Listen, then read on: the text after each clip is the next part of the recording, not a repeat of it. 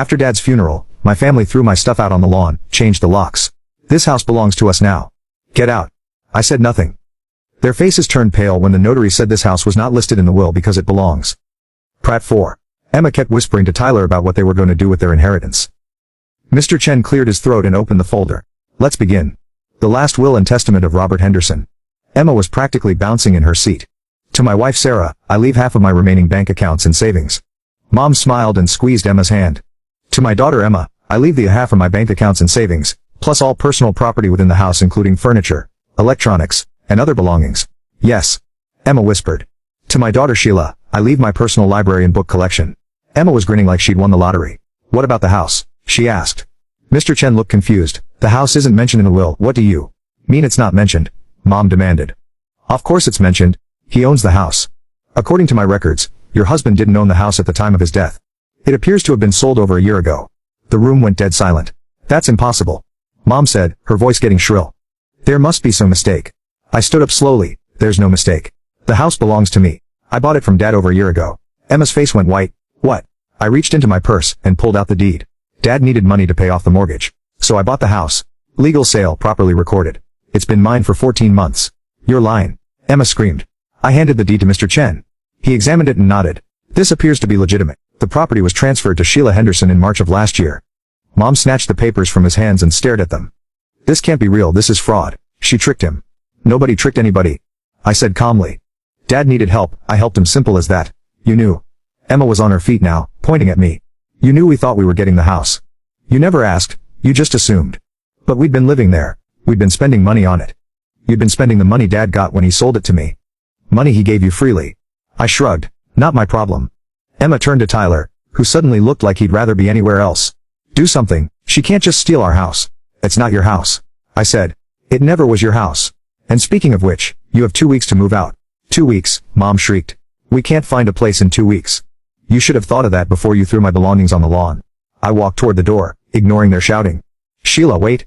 Mom called after me. We can work something out. You can live there too. We'll share the house. I turned back to them. Funny how you want to share now that you know it's mine. Over the next week, my phone rang constantly. Mom crying and begging. Emma screaming and threatening to sue. Tyler trying to convince me to let them stay because Emma was fragile. I ignored most of the calls. But I did pick up when Mom called the night before their deadline. Sheila, please, we have nowhere to live. You could try getting a mortgage with what's left of Dad's money. I hear there are some nice apartments available, if you're willing to make monthly payments. But we've already spent so much. There's barely anything left in the accounts. Like I said, that's your problem. You threw me out of the house the day after Dad's funeral.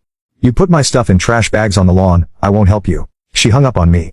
2 weeks later, I drove to the house with my key. There was a moving truck in the driveway, and Mom and Emma were loading boxes. They'd taken everything, and I mean everything. Furniture, appliances, even the light fixtures. When I walked inside, the place was stripped bare. They'd even taken the toilet seats, for Christ's sake. The only things left were Dad's books, still sitting on the shelves in his old study. Emma saw me in the doorway. This is all your fault, she said, tears streaming down her face. We're gonna be living in some shitty apartment because of you. We're living in a shitty apartment because you spent all your inheritance money on stupid crap, instead of being responsible adults. They drove away without another word. I stood in my empty house and smiled. Yeah, they'd taken everything, but I could replace it all. I had a good job and savings. They had nothing left. Over the next few months, I heard through mutual friends what happened to them. Mom had to go back to work full time for the first time in 20 years. Emma sold her Mercedes and got a job at some retail store. Tyler dumped her as soon as he realized she wasn't rich anymore. They tried to come by the house one more time, about 6 months later. Showed up at my door, all apologetic and humble. We want to make peace. Mom said, we're family, we should stick together. I looked at them through the screen door, Mom in her discount store clothes, Emma looking tired and defeated. No thanks. I said, and closed the door. I've been living in the house for 2 years now. Got it fixed up exactly how I wanted it. New kitchen, updated bathrooms, hardwood floors throughout. It's beautiful. Sometimes I sit in Dad's study reading his books and I think about how weird life is. The house where I never felt welcome is now my sanctuary. The family that threw me away is struggling while I'm thriving. Do I feel bad about it? Not really. They made their choices, I made mine. I offered to help Dad when he needed it, and I took care of him when he was dying. They were too busy spending money and planning their inheritance to actually be there for him. I sleep great at night in my beautiful house that I own free and clear. And if that makes me the villain in their story, I can live with that. Sometimes the good guys really do win in the end.